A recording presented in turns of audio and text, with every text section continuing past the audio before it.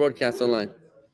Good morning and welcome to Worldwide Wisdom. I've just returned from the Holy Land where there's a very, very interesting gate in the wall of Jerusalem. You know, Jerusalem's got some very famous gates. There's the gate of Jaffa Gate, which is perhaps the most famous gate these days because it's the safest gate with which to access into Jerusalem. Our residence was right outside of the Jaffa Gate, a very beautiful location. And this gate is the gate from which you go from Jerusalem all the way to Jaffa. It goes all the way to the Mediterranean, right? That's the Jaffa Gate. There's another gate called the Gate of Shechem, Shar Shechem, which is the gate of, it's poorly translated as the Gate of Damascus. Now, Shechem is not Damascus. Shechem is Shechem, is what they call Nablus. But really, it's in Judea and Samaria. It's called the gate of the gate which goes to Judea and Samaria. That's where Joseph is buried. But for some reason, they translate it as Damascus Gate, which is a different name. It's not really the right name. That one is a little bit dangerous these days to go. It's the Arab Quarter, but it's another gate. Another gate that we saw in Jerusalem this week was the gate of Shar Arayot, the gate of the lions. That's where the paratroopers entered Jerusalem in the 6-day war. It's right across from the Mount of Olives, the oldest cemetery in the world that's still in continuous use, where our grandparents are buried. We went to visit them. That's the Shar Arayot, the gates of lions. There's another gate called the Dung Gate, Shar Ashpot, which is the gate that's closest to the western wall. Why is that called the gate of the dung? Is because during a certain period in history, they tried to erase the presence of the Kotel of the western wall by covering it in garbage. They tried to turn it into a garbage site. And that's why it's called the Dung Gate. But there is another gate that I'd like to bring to your attention. It's called Shar HaRachamim. Well, Shar Tzion is not really a gate. There's Har Tzion, which is the Mount of Zion, which is part of, it's like kind of connected to the old city. That's where King David is buried. We never made it there on this trip. It was too short. But it's Har Tzion. Maybe it's called Shar Tzion. I guess it probably is called Shar Tzion, the Gate of Zion, to get into the tomb of David. Yeah, it probably is. There's actually, when you go to the Gate of Zion, you actually see bullet holes all over that entrance because there was a big battle that took place at that gate in the 6-day war. And you see literally, artillery shells in the wall still today. But the gate I'd like to share with you today is the gate of Shar HaRachamim, the gates of mercy, also known as the Golden Gate. This gate is not that famous because it's been blocked up for hundreds of years. The Golden Gate. It's been sealed for centuries. The Shar HaRachamim, the gates of mercy, why has it been blocked up? Because this one is directly behind the Temple Mount. Directly behind the Temple Mount. That's how you go from the Mount of Olives onto the Temple Mount. Now, the Medrash tells us something very, very interesting, that the day will come in the future when the king of Persia, Iran, will rise up and attack the king of Arabia. Sounds like Saudi Arabia. And a great war will ensue, and the king of Aram will get involved. We're not sure who Aram is. Maybe it means the West. And what would happen is that the Jews will be caught between a rock and a hard place. The nations, the whole world will be trembling that the king of Persia is trying to destroy the whole world. Does that sound familiar? That the king of Iran is trying to destroy the whole world? The whole world will be trembling, and the Jewish people will be stuck between a rock and a hard place. They won't be able to differentiate between friend and foe. They won't be able to know who's their friend and who's their enemy. And they'll have no choice but to turn to their Father in heaven. Nothing. They have no choice but to turn to their Father in heaven. Can you imagine the Jews? And at that point, when they turn to their Father in heaven, it's then that the Messiah, Mashiach, will rise on the Mount of Olives. He will stand on the Mount of Olives, which is directly across from the Temple Mount, and he will declare, Anovim, Anovim, Higia Zman Geulaschem, humble ones, the time of your redemption has arrived. Kol ma she'asisi li asisi el bishvilchem, everything that I've done only for your sake. And then the Mashiach will arrive, and where's he going to go into the Temple Mount from? The gate of mercy, the one that is now blocked up. So why is it blocked up? Because the Arabs blocked it up because of this Medrash. They figured that the Mashiach is going to come and save the Jewish people, save humanity, really. And they didn't want that to happen. So what do? They figured they break it up. And with that, they'd be protected from redemption. The problem is that it dawned upon them that Mashiach might have tools. At some point, afterwards, they realized the Mashiach might have a hammer or a chisel. He might know people in the Home Depot industry. He might have connections.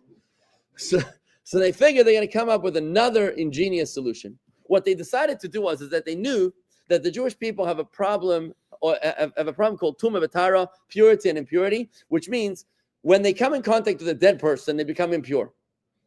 So they figured even if Messiah has friends at Home Depot, what they're going to do is they're going to build a cemetery right in front of the gates of mercy. And that way, when the Messiah makes his way to the gates of mercy, he's going to go through the cemetery, become impure, and that's the wrap. He won't be able to be the Messiah anymore. Now, it's a technical detail because impurity only lasts like 7 days. Fine, but maybe they'll get 7 days to figure things out. So that's why they were okay with that. And that's why when you drive around the old city, we drove on Sunday. We drove from the gate of Yafa to the gate of Shechem, the Arab quarter. We went around the old city the other way in the East Jerusalem. We went around past the gate of the Lions, the paratroopers gate, and then we went right past this gate of the of Mercy. And you see this very awkwardly placed Arab cemetery between the road and the gate that's blocked up. It's like a very strange place to put a cemetery, like literally on the side of the road. But I explained to my kids that what the reason it's there for is because it's there to block the Messiah. The problem is that there was one technical detail that they overlooked. And the technical detail that the Arabs overlooked with this cemetery right down the side of the road is that non-Jewish corpses do not make you impure. Which kind of corpses makes a person impure? Only Jewish corpses, only dead Jewish people makes one impure. But like a Kohen, for example. A Kohen doesn't go into a Jewish cemetery. But is there a problem for a Kohen to go into a non-Jewish cemetery? The answer is no.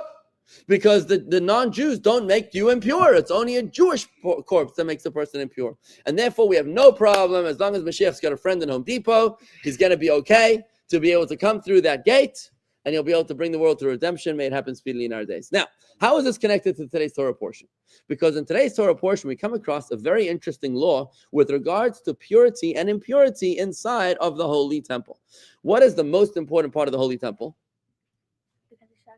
The Kodesh HaKadoshim, the Holy of Holies. What are the other most iconic parts of the temple that you come to mind? The Ark is inside of the Holy of Holies. What else can you think of? The altar. Now, how many altars were there? 2 altars. What's the difference between the 2 altars? One was the altar of incense. That was the golden altar. And the other one was the of the animal offerings. Is that what you said? The animal offerings, that was called the copper altar. The copper altar was like 2 stories high. It was massive. It was a massive altar. The copper altar for animals. There was a fire burning there all the time. That's why we have a Ner Tamid, an eternal light in a shul everywhere, because there was constantly a fire burning over there. We'll learn about that soon in the Torah. And this is the copper altar, which was outside in the main courtyard of the priests. Now, inside of the holy, right in front of the Holy of Holies, was the little tiny altar, maybe the size of this little table here, and it was even smaller than this, and it was called the golden altar. The golden altar is very similar to the bris we're about to perform, because the person, the Kohen, who was chosen to offer the incense on the golden altar each day was known that he was going to become rich. Whichever Kohen was the one that was going to offer the incense upon the golden altar was a blessing for wealth, and the Kohanim would vie for this honor. They would do it once in a lifetime, and it's very similar to a sandik. We're about to have a bris here in our shul, where the sandik, Rabbi Lou, the father-in-law, the grandfather, is going to be the sandik, and it's considered like a Kohen who's offering the incense when he holds the baby for the bris, and the baby goes into covenant with God Almighty.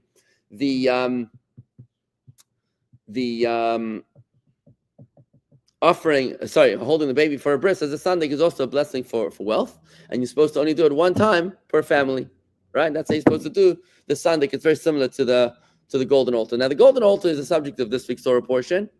It's the final part of the temple furniture that's mentioned in the sequence of the furnitures. And last week in Parshas Truma, we learned about the copper altar. So the golden altar is this week, and the copper altar is last week. The Mishnah tells us something very, very interesting. The Mishnah tells us that when it comes to the Mishnah tells us, here it is, that when it comes to purity and impurity, both of these altars do not become impure. That's what it says. Both of the altars do not become impure. What does that mean? For example, the Greeks invade the Holy Temple and they decide to I don't know, kill someone on the altar, or they bring a rodent or some impure item onto the altar, then the altar itself does not become impure. It's very interesting, right? The altar itself doesn't become impure. Now, what's the reason for this? There's a debate in the Talmud, in the Mishnah, about the reason why the altar does not become impure. It sounds benign, but it's actually very deeply personal to us. It's quite inspirational. The reason is, Rabbi Eliezer says the reason is because the altar is like, it's filled with earth. And therefore, it's just like earth doesn't become impure, so too the altar does not become impure. A second reason is given by the sages. They argue with Rabbi Eliezer, and they say the reason why the altar doesn't become impure is because the altar is only a coating. It's gold. It's like gold plated. It's an external. It's a plating. It's not, the gold is not the actual altar. It's external to the altar. The copper is not the altar. It's external to the altar, and therefore, since it's superficial, when you touch the superficial, the outside, it doesn't make the whole thing impure. So this is a debate as to why the altars don't become impure. First reason, Rabbi Eliezer, is because it's earth, and earth does not become impure. That's the essence of the altar. And the second reason is that the gold and the copper is only superficial. It's external, and therefore it's not, just because that touched impurity, it doesn't make the whole thing impure. Now, what does this debate got to do with our lives, and how is this interesting? How is this meaningful? How is this personal? The Rebbe explains to us that the altar, remember we learned in last week's Torah portion, and they shall make for me a temple. They shall make for me a temple, and I shall dwell amongst them. It doesn't say they should make for me a temple, and I shall dwell in it. It says they should make for me a temple, and I shall dwell in them. Which means that the purpose of the temple that we built is for God to dwell within us. Essentially, what that means is that each and every single one of us is a temple for God. And therefore, we each have an altar inside of ourselves. We each have a piece of us which is represented by the altar. Now, what is the altar? What is the altar? The altar is a place of sacrifice, right? It's a place where you slaughter things. There's a part of our humanity, there's a part of our soul, of our Jewish experience, of our spiritual experience, where we are a martyr, where we give up things for a higher cause. If you got out of bed today and you came to shul, or if you spent some of your hard-earned money on a mitzvah or on tzedakah, let's say you took some money and you could have used it on a self-indulgent vacation, and you decided instead to use that money for helping the poor, maybe donating to your shul, right? Then what you've done is that you've actually sacrificed a piece of yourself for a higher cause, for some conviction that you believe in. That altar, therefore, represents the core of our Jewishness. That's what that is. The altar represents the pinta yid, the essence of our Jewish identity. And the question now arises is, can a Jew become impure? That's the question that arises. Can a Jew who's living a bit of a conflicted life, on the one hand he comes to shul in the morning and he lays tefillin and he learns some Torah and he's giving some tzedakah, but later on in the day he might be doing things that he's not supposed to be doing. So which is his real truth? Which is his truth? A part of me is like the altar. A part of me is sacrificing for God. But then a part of me became impure, it touched a dead body. So who am I? The Beinoni? So the Beinoni of Tanya is the Jew that struggles. You're on the battlefield. Okay, that's nice. I like that. So you're on the battlefield. Don't ever define yourself by your mistakes, right? We never should define ourselves by our lowest moments. But I can tell you that when somebody's on a spiritual journey and he fails and he stumbles, it's like riding a bike. Growing in your spirituality is like learning to ride a bike. It's not a question of if you're going to fall off. The question is when you're going to fall off. And the question when you're going to fall off is how you're going to react. Because when you're on that spiritual journey and you mess up, how about if you're on an emotional journey? Maybe you're trying to improve your relationship with your wife, with your husband. Maybe you're trying to become a more conscious spouse. And what happens? You mess up. It happens. You've heard of such a thing, right? Could be that somebody messes up in their relationship with their spouse. Then what happens? Do they get crestfallen and crushed because they failed, or do they find strength in the good times? You don't really get credit for the good times. You only get called out for the bad times. It's called the broken tile syndrome, right? If you look at a ceiling and there's 100 tiles in the ceiling and one of them is cracked, then you ask somebody, what do you see? What are they going to tell you? Everybody only sees, why is that tile cracked? Hello, there's 99 good tiles here, right? You ask someone to look at a picture. You take a picture, you put a black dot on a white page. You ask them, what do you see? What they're all going to tell you, 100% of the people are going to tell you, I see a black dot. No one's going to tell you, I see a white page. They're going to tell you, I see a black dot, because they see the problem. So it's very, very easy for us to identify with our shortcomings instead of with our achievements. It's very, very easy for us to identify with the moment of selfishness with our spouse or the moment of unconsciousness with our spouse than it is to identify with the 99% of the time that you were actually a good, selfless, kind, altruistic, thoughtful, right? Same thing with parenting. You can much easier identify with being the nasty, unconscious, unpleasant parent with wounded attachments more than it is to be the parent that was patient and kind and thoughtful the rest of the time. Comes the Mishnah today and tells us something amazing. The Mishnah tells us today that the altar does not become impure. The altar does not become impure. You're a Jew. You have a point of sacrifice within you. You've got a point within yourself that connects, that is willing to sacrifice for God. Even if later on you encountered a mistake, you fell, you stumbled, you battled, you broke, you fell, that does not define you. Your altar does not become impure. Why not? Two reasons. There's two reasons. The first reason is because the altar is made out of earth. The altar is made out of earth. What does that mean? The Rebbe explains that earth is humility. Earth is what everybody walks on. When you have humility, humility is the antithesis of all evil. If you remember, Tanya chapter 6 teaches us that what is the poster child of evil? Anybody remember Tanya chapter 6? We gotta know this, guys. We gotta own Tanya. We gotta own it. Tanya chapter 6 tells us the poster child of evil is ego. Ego. Well, an ego in English actually is an acronym for edging God out. Ego, edging God out. When there is ego, there is no God. Where there is God, there is no ego. They cannot coexist. The Medrash tells us explicitly, he and I cannot coexist. Where there's God, there cannot be ego. But where there is ego, God says, I can't be present. I can't be there. So this being said, good morning to our online viewers here from all over. Jonathan from down south, good to see you. And for all these other people, Lucy, great to have you with us. Lucy and Jens and Myers and Zion and beautiful. Okay, so back to here. So what does it mean that when you're able to have the humility to say, God, I messed up, just that moment of saying, I made a mistake, that alone is enough to purify you. Because that is the definition of teshuvah. Teshuvah, repentance or return, means that you regret what you did. You say, I made a mistake. I'm sorry. I didn't mean it.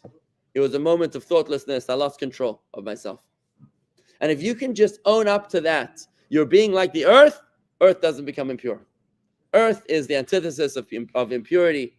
Earth is humility, which is the lightning rod for God's presence. Then comes a second explanation by the sages. And now the sages perhaps were a little more practical. Maybe they were a little more practical than Rabbi Eliezer. Because the sages give a different reason why the altar doesn't become impure. They say like this. So you know why the altar doesn't become impure? Because it's superficial. It's not who you really are. Think about that. When you do something right, that's expressive of your truth. When you do something wrong, that's expressive of your insanity. It's interesting, right? Because if you think about who you really are and what defines you, you can realize that at our core, we're a godly soul. We're a piece of God. And any sin that we make is our godly soul in a state of coma, is a hijacking of our awareness, and therefore it's not our truth. And with that approach, the sages explain that the sin that you made is not expressive of your truth, of who you really are. It's superficial. The gold and the copper represents two kinds of Jews. There's the rich Jew, which is represented by the gold, and there's the poor Jew that's got only copper coins. No matter where your financial standing is, or as it represents your spiritual standing, whether you're a very golden Jew or just a copper Jew. Whether you're a gold or a copper, those differences are only superficial. Because at your deepest truth, you're just a piece of God. And therefore, you cannot violate your deepest essence. It's who you are, and you cannot defy it. Just like if a Jew wants to convert to another religion, what happens? What happens if a Jew wants to convert to another religion? Nothing. Absolutely nothing happened. If a Jew decides to convert to, I don't know, to Buddhism or to Christianity or to Islam, nothing happened. He's still a Jew. Why is he still a Jew? Because this is your truth. You cannot convert out of your truth. You know, it's very interesting. I have a friend in the community. He's married to one of our members, and he tells me that he's a lapsed Catholic. You know what that is? Have you ever been a lapsed Catholic? I'm like, what does that mean? Does that mean you didn't pay your membership dues to the Catholic Church? Like, what does it mean you lapsed? Your credit card didn't go through? Like, what? He says he's lapsed because he's no longer practicing. That's what he meant. And I said to him, I've never heard of such a concept, and I cannot even relate to it. Because there is no such thing as a lapsed Jew. And by the way, Islam is the same thing. In Islam, if you don't, you agree or disagree? Oh, that is a thing. It's a real thing, yeah. But in Islam as well, there's a lapsed Islam, I think. They call it that. But that a person that doesn't say or do the practices of the Muslims is not considered a Muslim anymore. And the moment that he does begin those practices, then he is a Muslim. In other words, it's something which is behavioral. Religion for those other religions is behavioral. But for Judaism, for Jews, religion is not behavioral. It's essential. And that's what the mission is teaching us. The mission is teaching us that your altar can never become impure. Because who you are can never be violated, can never be changed. Just because you're having a bad day. Or because you met someone who happened to be giving a good speech or maybe a bad speech. It doesn't matter. You can't change your truths even though you sinned. That is not able to define you. The lesson we learn from here. Okay, Jonathan's asking an interesting question. What about a convert to Judaism who then no longer keeps Shabbos? What is the law of a convert to Judaism who no longer keeps Shabbos? The law is that if a convert converts to Judaism properly, if they accept all 613 commandments and they do the bris, and they're also supposed to bring an offering in the temple, which they obviously cannot do today, then they're a Jew for all intents and purposes. And if they stop keeping Shabbos later, then they're still a Jew. There are some courts that would actually retroactively discredit the conversion. There are some courts that would do that. But from what I understand, as general practice, they don't really do that. But generally speaking, once you become a Jew, that's it. You can never. The question is, Jonathan, if you ever became a Jew in the first place. That's the question that you're asking. But assuming that the person was sincere in their conversion, then they are fully a Jew. And the bottom line is how we finish this up here today, is that when it comes to purity and impurity in the temple, it's expressive of purity and impurity within our own identity. The question of the Mishnah is not a question that's disjointed or far removed from our lives. It's actually deeply expressive of our lives. Because the question is, what kind of Jew are you? As you picture the scene of yourself standing before God, noch 120. Just want you to picture that scene. After 120 years old, you get up there to heaven, and what's that conversation going to look like when God looks at you and he says, I've been waiting for you. What's he going to say? Zevi, what's he going to say? Is God going to say, you're an epic disappointment? Or is God potentially going to say, I'm so proud of you? This is the question that the Mishnah is addressing. The Mishnah is telling us,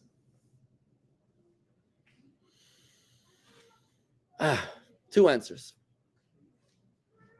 The first answer is perhaps less deep. The first answer is, you might have messed up, but if you have the humility to become like earth, then you're fine. The moment that you have the humility to become like earth and you say, God, I am sorry, I made a mistake, or you say wife or husband or daughter or child, you say, I'm sorry, I was stupid, I made a mistake. The moment you have that humility, you can turn it around. But the deeper answer is that your essence is untouchable. The deeper answer is that essentially you're a Jew, you're a child of God. And imagine what would happen if it was your dad that was standing there before you. Your dad believes in you, hopefully more than you believe in you. Especially when it comes to a healthy attachment like God Almighty. Maybe some dads are unhealthy. But when it comes to God, God is certainly a healthy father. And therefore, when he sees us, he says, my kindle, my son, my daughter, I'm so proud of you. Hashem believes in you. You cannot become impure. We cannot become impure. And the question I want to leave you with is, if God believes in you, that's wonderful. The question is, do you believe in you? Any questions, folks? How are we doing? Yes, Ed. There was a guy I met in Navy. He came to America, his family came to America during the Spanish Inquisition. Okay. He was a Jew. Question or a story? No, it was a question. Question. Okay, you're on camera. Yeah? But I'm giving you some background so you understand what's going on. Yeah?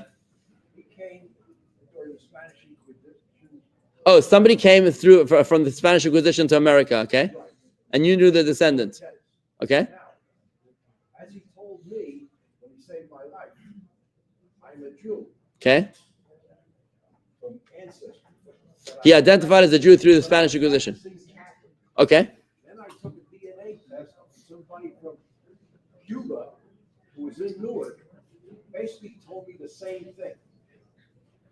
Does he still count as a Jew? Okay, so you have a Jew that lives as a Catholic, but his ancestry can trace his mother's ancestry all the way back to Jewish people 500, 600, 700 years ago. Look, that's a question that the Messiah himself is going to determine. It says that Mashiach meirach v'doin, he will smell and judge. He will smell and ascertain. He's going to do, you ever heard of the smell test? That's what it comes with Mashiach. It's the smell test. He's going to smell and he's going to be able to identify who's a Jew and who's not a Jew. This is not for us to determine. It's for God. It's for Mashiach himself to determine. The bottom line is the message is clear, folks. I'm going to wrap it up over here. We have a bris to do chop chop. So let's go straight into that and wish everybody a wonderful day. Shalom and be well.